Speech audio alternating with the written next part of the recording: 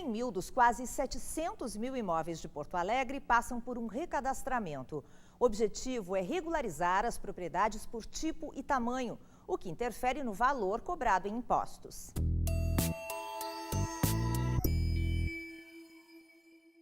Aldino mora em um imóvel de 76 metros quadrados com a esposa, os filhos e o neto no bairro Partenon, na Zona Leste. A casa tem registro comercial na prefeitura, pois ele chegou a abrir um negócio de conserto de aparelhos domésticos na garagem. Hoje, a loja não existe mais, mas ele não alterou o cadastro do imóvel. Aldino também fez mudanças na casa, adicionando 2 telheiros, um frontal e outro lateral, além de mais uma garagem para 2 carros, o que ele estima que represente um aumento de 50 metros quadrados na área total da casa. É onde a gente planta, bota umas plantinhas, alface, mirtilo, e tomate, tempero, essas coisas assim. Então, para aproveitar o espaço, esse telheiro ficou em cima da garagem. Então, tudo isso aí vai aumentar o espaço. Nesta manhã, ele recebeu a visita dos agentes da prefeitura, que deu início à etapa de coleta de informações dos imóveis que vão entrar no programa Recadastra Poa, que pretende fazer a maior atualização dos dados imobiliários dos últimos 30 anos da capital gaúcha. O imóvel do seu Aldino é apenas um entre outros 100 mil que o projeto Recadastra Poa está avaliando durante este ano e no próximo. Esta é a etapa final de um projeto iniciado em 2010, com a captação de fotos panorâmicas de todas as regiões de Porto Alegre, chamada de aerolevantamento. As imagens foram confrontadas com os dados já cadastrados. Os imóveis incluídos no projeto são os que apresentavam uma diferença de tamanho nos registros. Nós encontramos diversos tipos de divergência. Há áreas, por exemplo, onde haviam vazios urbanos para nós, em que foram ocupadas ao longo dos anos, e nós não tínhamos essas informações. Nós vamos aos imóveis para então fazer uma apuração mais precisa desses dados e eventualmente fazer as correções. Nosso objetivo com esse recadastramento é atualizar o cadastro imobiliário para que se tenha informações precisas sobre os imóveis da cidade e sobre a própria configuração dos bairros, do perfil do desenvolvimento da cidade ao longo dos anos. Quem não registrou as alterações feitas no imóvel poderá sofrer correção no IPTU, imposto cobrado sobre as propriedades. Os imóveis em situação irregular e que custam até R$ 75 mil serão taxados com a tributação correspondente à área redimensionada. Os mais caros vão pagar um valor retroativo a 2010. É uma questão de justiça tributária. Você veio aqui e registrou tudo, você está pagando o IPTU. O vizinho tem uma casa igual à sua, não registrou, fez a mesma ampliação e não registrou, não está pagando. Ou está pagando sobre a fração anterior. Nós acreditamos que tenha no mínimo 30 milhões de reais anual que não está na nossa base. Os proprietários dos imóveis que vão receber a visita dos agentes já foram notificados pelo correio. Se não estiverem em casa, haverá uma segunda tentativa. Em caso de contestação por parte do proprietário, haverá um novo encaminhamento. Se tiver dúvidas, o telefone 156 está disponível para esclarecimentos.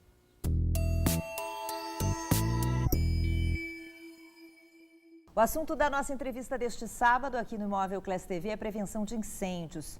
Muito se falou em PPCIs depois do incêndio da Boate Kiss em Santa Maria em janeiro de 2013, numa tragédia em que morreram 242 pessoas. Pois depois de muita discussão, o governo do estado publicou agora em setembro o decreto que regulamenta a Lei Kiss de 2013 e que tornou mais rigorosas as exigências na liberação de alvarás e prevenção contra incêndios aqui no Rio Grande do Sul. Essa resolução estabelece os prazos de adequação das edificações e áreas de risco e descreve as penalidades e infrações em caso de descumprimento. Para nos falar sobre isso, a gente recebe hoje aqui no Imóvel Class TV a vice-presidente do Secov RS, Simone Camargo. Tudo bem, Simone? Seja bem-vinda. Tudo bem, obrigada. Queria começar te perguntando qual é a tua opinião e a opinião do Secov sobre a Lei Kiss. Bom, ela é imprescindível. A questão de segurança para nós é imprescindível, necessária.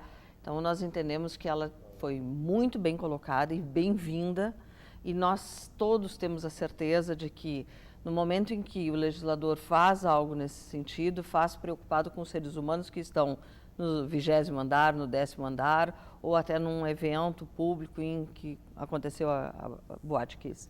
Acho que é necessário. Ela acrescentou em termos de segurança? Assim? O que mudou a partir de agora, que vai mudar? Né? Ela incluiu, e aí veio assim com muita força, a questão dos condomínios, que é a razão de hoje estarmos tratando até do assunto. O que acontece? Muitos casos, os condomínios não estavam preparados. E tem, além da necessidade de fazer o plano de prevenção, tem o alvará e as adaptações necessárias para cada condomínio. E nós sabemos que condomínio é um rateio de despesas e muitos não estão preparados financeiramente para isso. Ao mesmo tempo, entendem a necessidade de estarem adaptados. Por quê? Porque é a segurança dos condôminos que nós estamos falando. Então, nesse sentido, houve no primeiro momento, e agora já solucionado, a questão de exigências, inclusive o que atrelava a imóveis comerciais quando o condomínio possuía um imóvel comercial, parte mista, vamos dizer. Então, hoje, todos os edifícios precisam se adequar, residenciais ou comerciais ou mistos. Até 9 de novembro, conforme o decreto, sim. Até todos. 9 de novembro de 2014. É preciso estar adequado? Não, ter entrado com o PPCI e ter o protocolo. Aí as adaptações conforme a necessidade estabelecida por um engenheiro ou um arquiteto, isto terá prazos escalonados, porque alguns são adaptações bastante expressivas, outros são as adaptações simples. O que o Secov tem de informação aqui no Rio Grande do Sul sobre a quantidade de condomínios em situação irregular? Deve ser grande esse número. Não vamos aqui tratar como irregular, tá? Mas assim, não se tem um número de quem não conseguiu se adaptar ainda. Não se tem. Isso nós não temos. Mas sem falar em Lei Kiss. Não se tem esse número. Nós não temos essa pesquisa em termos de saber quem está ou não adaptado e quem já está com o protocolo, porque isso depende muito mais do Corpo de Bombeiros do que de nós. Nós temos a sensação de que há uma movimentação bastante expressiva, tanto é que o Corpo de Bombeiros teve uma alteração de prazo, porque era uma estimativa de ficarem em torno de 90 dias, já estão em torno de 120, 130 dias. Por quê? Porque a demanda é bastante grande e isto é estadual. Então, não é uma questão município Porto Alegre. Sim. Nós estamos falando de estado. Então, vários municípios têm que se adaptarem.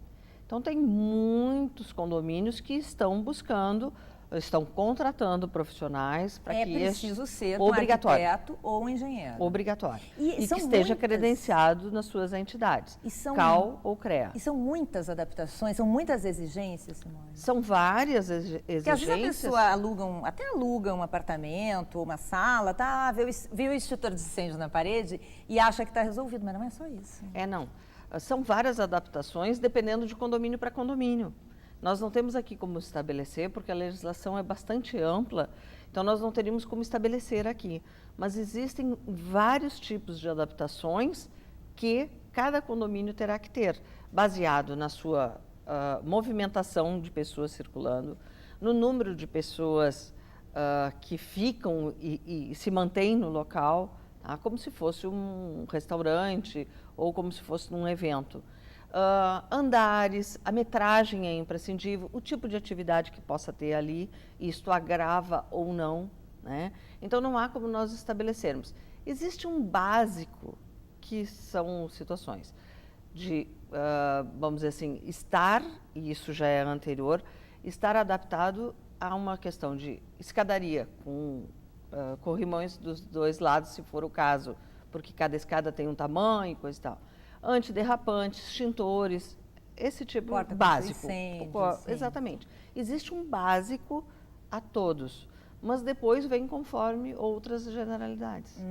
E onde as pessoas obtêm essas informações? Bom, no site do Corpo de Bombeiros existe a legislação, né? Ou os profissionais estão adaptados. Existe também, a legislação está amplamente divulgada em sites normais, do CREA, do CAL, do próprio Corpo de Bombeiros, Google. Tá? Ou então adquirir em livrarias, já existem esses livros. Ela é expressamente técnica. Sim. Tá? Ela é muito técnica. Sim. Mas, de qualquer maneira, é obrigatória a contratação de um engenheiro ou arquiteto, né? Bom, em instantes a gente fala mais um pouquinho com a Simone Camargo, vice-presidente do Secov RS, sobre PPCIs em condomínio. E ainda nesse programa, nós vamos mostrar detalhes do Centro Histórico Cultural Santa Casa, que fica em um prédio do século passado, recentemente reformado.